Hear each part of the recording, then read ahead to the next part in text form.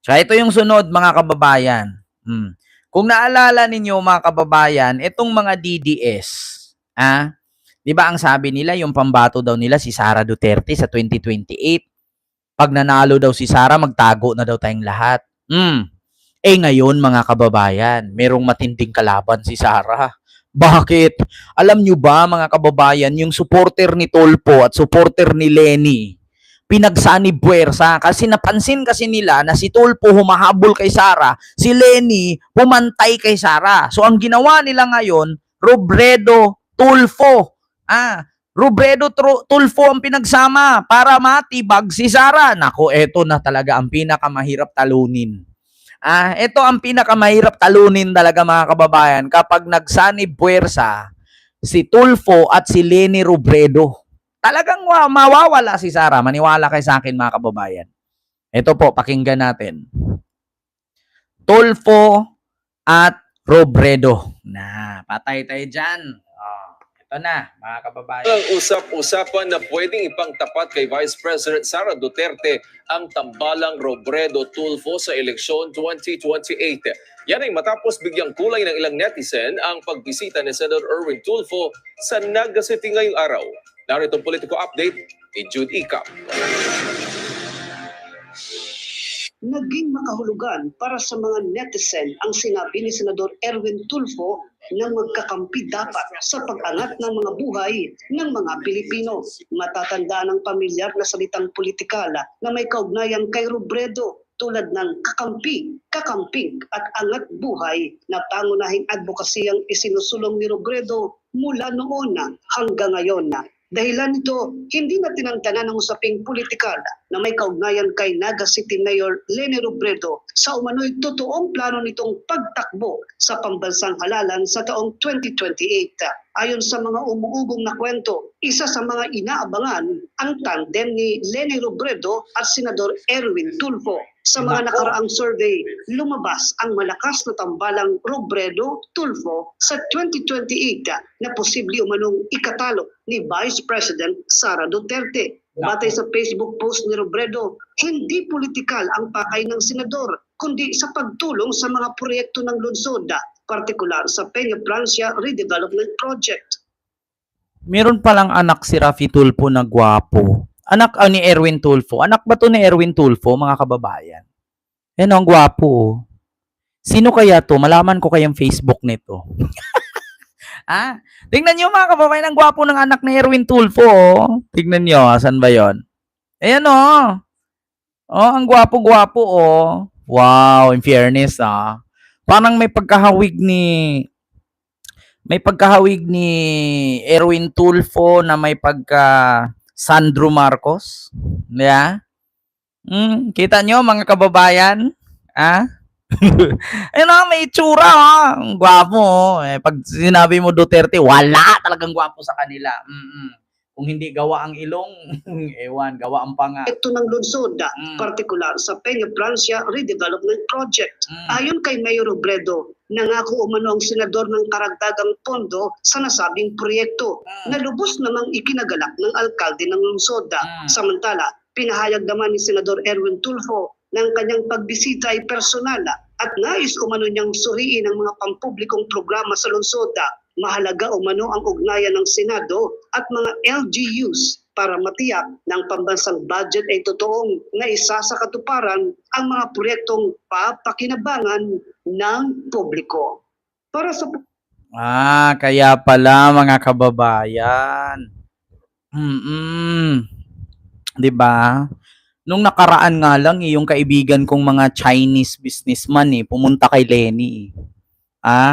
Sabi alam mo Ken, pumunta kami doon kay Mayor Lenny. Kinukumbinsi talaga naming tumakbo siya. Kaming mga Chinese, mga Chinoy. Kami mga Chinese na Chinoy, Chinese Filipino, mga negosyante kami sa Pilipinas, sabi niya. Pumunta talaga kami kay Lenny. Kinumbinsi namin na tumakbo na si Ma'am Lenny. Ayaw kasi namin ng mga, di ba, yung mga bayaran daw na politiko na pumupunta ng China pang manghihingi ng pondo. So, hindi ko na sabihin kung sino. Basta, pumunta sila. Ang sabi daw ni Lenny sa kanila, sa ngayon hindi daw muna pag-usapan yung about sa national politics. Kasi ang focus daw kasi ni Leni Robredo ngayon ay yung Naga. No, gagawin niya kasing ano ang Naga parang smart city ang Naga. Parang ganun daw, gawin niyang ganun yung Naga. So, hindi natin mapilit yung tao, mga kababayan, pero abangan natin kasi kung ang tao na mismo, ang supporter na niya mismo ang manawagan na patakbuhin siya, siguro tatakbo siya. Pero kung yung gusto niya, tapos ayaw naman ng tao, kasi sa totoo lang mga kababayan, para sa akin kasi talaga ngayon, si Leni talaga ang pag-asa. Bakit? Doon tayo sa ngalan na babae siya, kasi marami kasing ayaw sa babae maging presidente, pero itabi nyo na yung pagiging babae na presidente. At least hindi magnanakaw. Hindi corrupt, hindi magnanakaw, walang tinatago, walang lihim, walang bilyon-bilyon na bank account. Diba, mga kababayan? Aanhin natin yung matapang. Kamay na bakal. Tapos magpapapatay di umano ng adik, wala namang drug test. Diba? Sawa na tayo sa mga ganyan. Sa umpisa lang yung kamay na bakal na yan eh. Oh, tapos ending, wala rin mangyayari. Tignan nyo si PBBM ngayon. Bakit napakaraming nahuli? Bakit napakaraming na kumpiskang mga droga? Wala namang namamatay. Kaya hindi mo kailangang pumatay. Yeah?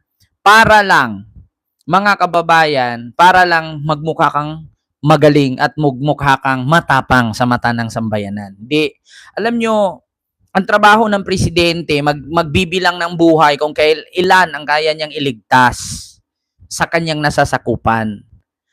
Ang trabaho ng presidente ay pangalagaan ang tao ng kanyang teritoryo, ng kanyang kaharian.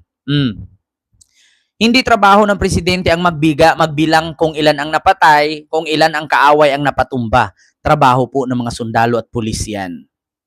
Diba? Ang trabaho ng presidente, pangalagaan, protektahan, tulungan, at suportahan ang kanyang mga mamamayan. Yan ang trabaho ng presidente. Hindi niya trabaho ang pumatay. Diba? Kasi kung ang trabaho ng presidente ang pumatay, mag-general na lang siya. Diba? Ganun yun, mga kababayan.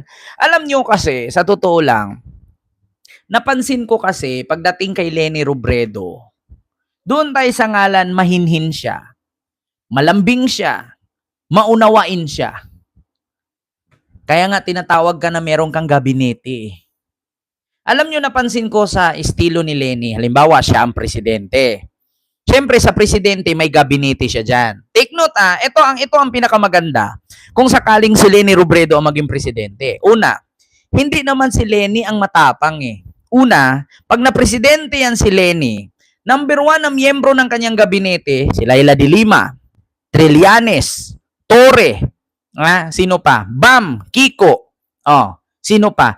Kasi pag i-circle mo yung gabinete na yan, alam ko si Trillanes, diretsyong DILG yan. Si Torre, hindi, sabihin natin si Trillanes, diretsyong DILG, si Torre, diretsyong ganito yan. Hindi ko alam kung anong-ano ha. Kasi sa totoo lang mga kababayan, maganda kasi yung ganun ang estilo eh. Ang presidente, pangalagaan mo, pagandahin mo ang ekonomiya, pataasin mo ang ratings, at payamanin mo ang taong bayan, tapos sa miyembro ng gabinete niya, ito naman yung tagasugpo ng krimen, di ba? Ito naman yung sa kabila, sa DOJ, sa ombudsman, may ganyan eh. Alam ko si Laila de Lima, ever since, ombudsman ang bagsak niyan. Tapos sa DOJ, si ganito, si Luestro, di ba? May mga ganyan eh. Kaya maganda yung ganyang grupo mga kababayan. Bakit? Una, at least si Leni Robredo, hindi sasakit ang ulo niya. Kasi bakit? Pagdating sa krimen, nandyan si Torre at si Trillanes. Yan yung susugpo sa kriminalidad ng ating bansa.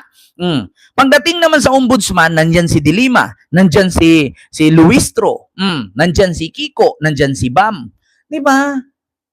Tapos, samahan pa natin ng mga kabataan na taga-suporta sa kanya. So, gaganda ang Pilipinas. Diba? Ngayon kasi sa administrasyon ni PBBM, sabi ko nga sa inyo, sa Malacanang, Marami siyang gabinete. Pero kapag nilunop ang Malacanang, 4-5 lang ang mamamatay at malulunod dyan. Yung the rest, lulutang. Bakit? Puro plastic eh. Di ba?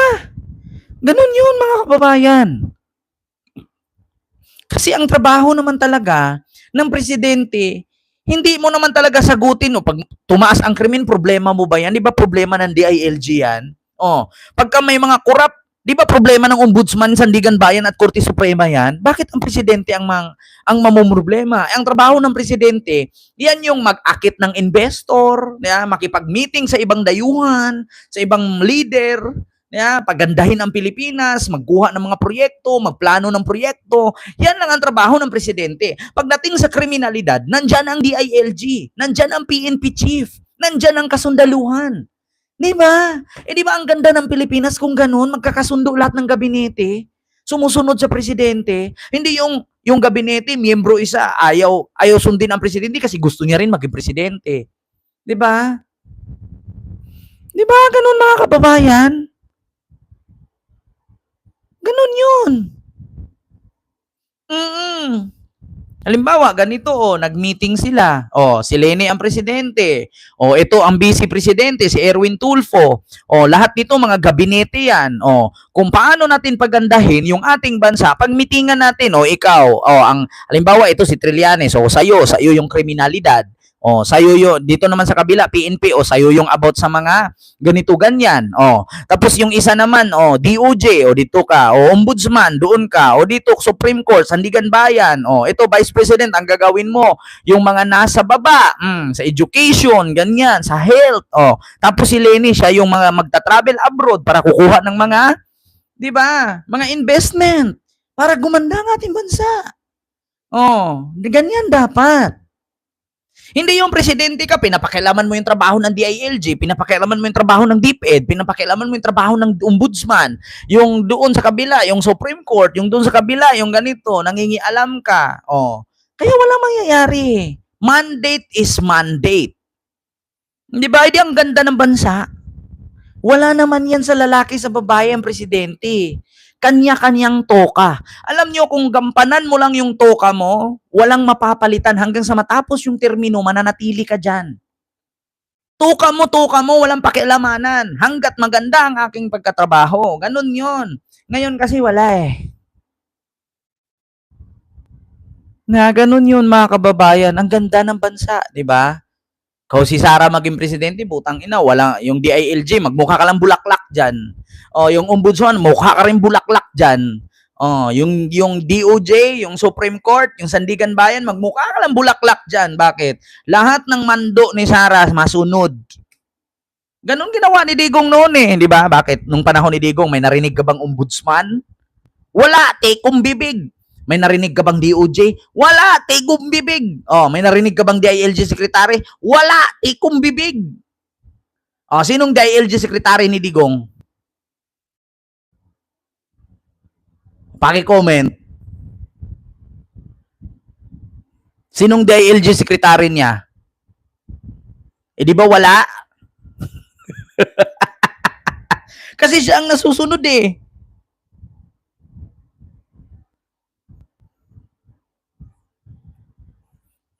Sige nga, paki-comment. Sinong DILG secretary ni Digong? Si Aguirre, DOJ yun.